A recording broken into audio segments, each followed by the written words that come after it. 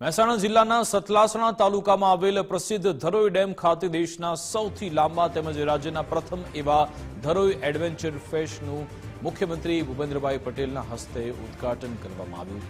આ adventure festival 45 દિવસ સુધી ચાલશે। સૌપ્રથમવાર આયોજિત આ એડવેન્ચર ફેસ્ટમાં જમીન પાણી આકાશમાં રોમાંચક અનુભવની સાથે 10 કરતા વધારે એક્ટિવિટી રહેવા માટે અતિ આધુનિક સુવિધાયુક્ત એસી ટેન્ટ સહિત સાંસ્કૃતિક કાર્યક્રમનું આયોજન છે।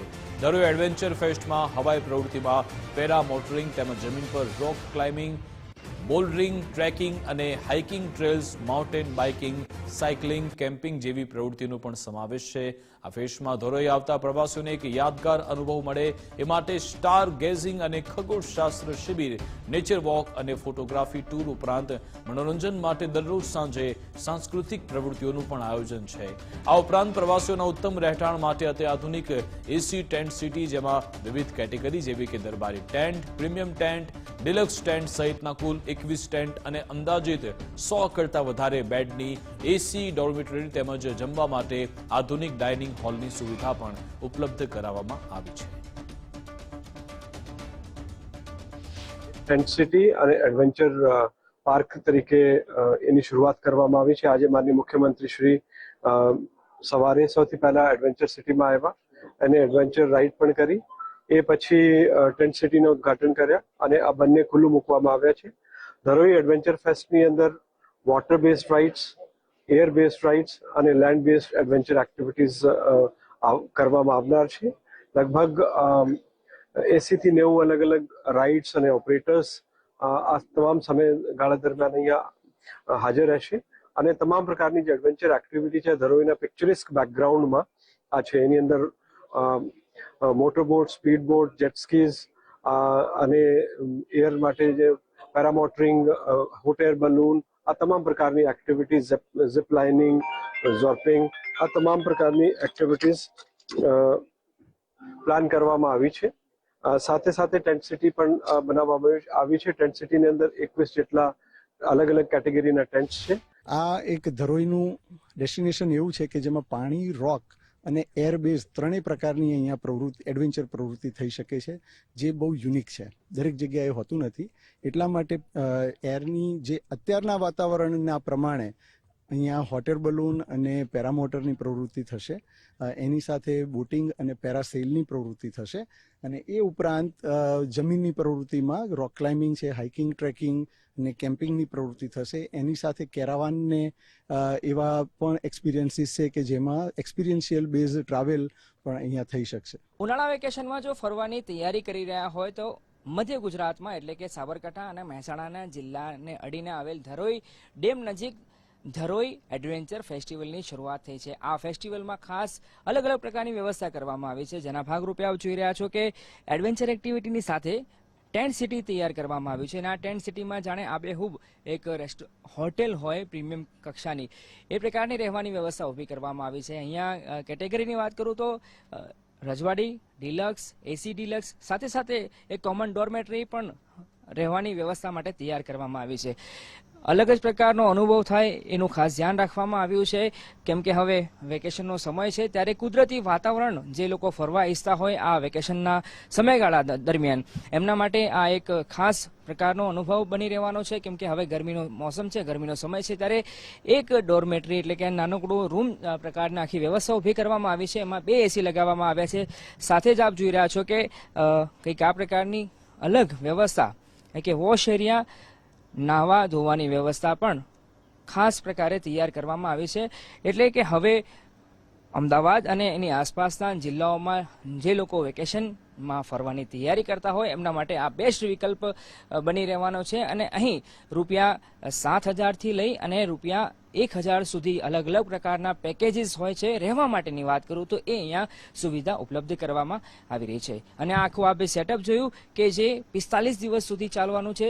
સાથે સાથે પ્રવાસન વિભાગ માત્ર 45 દિવસ નહીં પરંતુ આવનાર સમયમાં આનાથી વધારે બહેતર સુવિધાઓ મળે અને કાયમી ધોરણે આ પ્રકારની વ્યવસ્થા ઊભી થાય એવા પણ પ્રયાસ હાથ ધર્યા છે।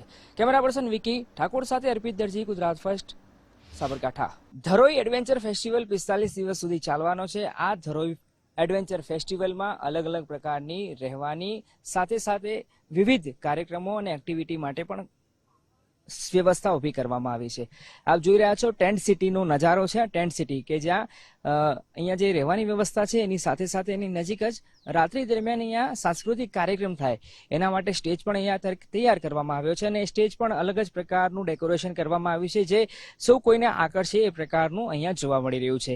એટલું જ નહીં, અહીંયા જ્યારે એન્ટર થાવ છો ત્યારે પણ એક આહલાદક આનંદ થાય, અલગ જ પ્રકારનો એક્સપિરિયન્સ થાય કેમ કે અહીંયા પ્રાકૃતિક આખું વાતાવરણ છે, ચારે તરફ ગ્રીનરી છે અને એવામાં કંઈક આ પ્રકારની શ્રેષ્ઠ સુવિધા મળી રહે અને આ યાદગાર અનુભવ બની રહે. ખાસ તો વેકેશન દરમિયાન સમય ગાળવા માટે અહીંયા જોઈ રહ્યા છો કે આ ડેકોરેશન કે જે આખું એક ગેટ બનાવવામાં આવ્યો છે, આ જ પ્રકારના ગેટ અલગ અલગ સ્થાન પર બનાવવામાં આવે છે. આ ઉપરાંત જે આપ જોઈ રહ્યા છો વુડન આખું સેટઅપ ઊભું કરવામાં આવ્યું છે કે જ્યાં લોકો બેસી શકે, આરામ કરી શકે એની પણ ખાસ વ્યવસ્થા કરવામાં આવી છે. એટલે જો વેકેશન દરમિયાન અલગ અલગ સ્થાન પર કોઈ વ્યક્તિ પ્લાન કરતું હોય, આયોજન કરતું હોય તો એમના માટે જે આ વ્યવસ્થા નવી ઊભી કરવામાં આવી છે એ બેસ્ટ વિકલ્પ બની રહેવાનો છે. કેમેરા પર્સન વિકી ઠાકોર સાથે અર્પિત દરજી, ગુજરાત ફર્સ્ટ, સાબરકાંઠા. ધરોઈ ડેમ પાસે ધરોઈ એડવેન્ચર ફેસ્ટિવલની શરૂઆત થઈ છે. આ ફેસ્ટિવલમાં બોટ રાઇડિંગની પણ સુવિધા અહીંયા ઉપલબ્ધ કરાવવામાં આવી છે. આપ જોઈ રહ્યા છો કે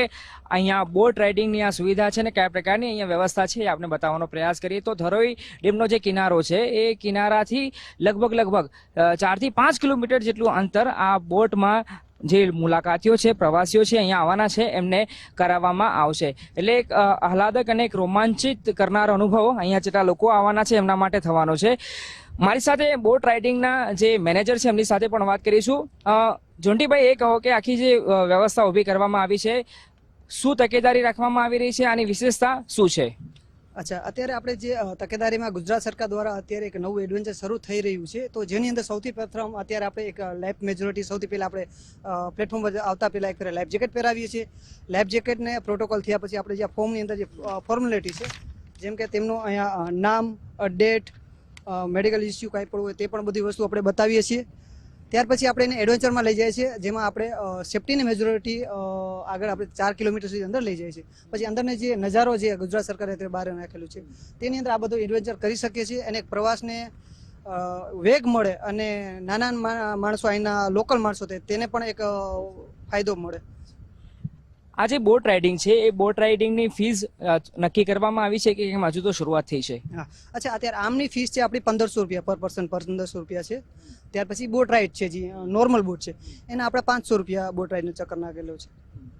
તો આપ જોઈ રહ્યા છો કે આ જે બોટ રાઇડિંગની ફેસિલિટી ઊભી કરવામાં આવી છે એ અંદાજે 45 દિવસ સુધી ચાલવાની છે અને આજથી એની શરૂઆત થઈ છે.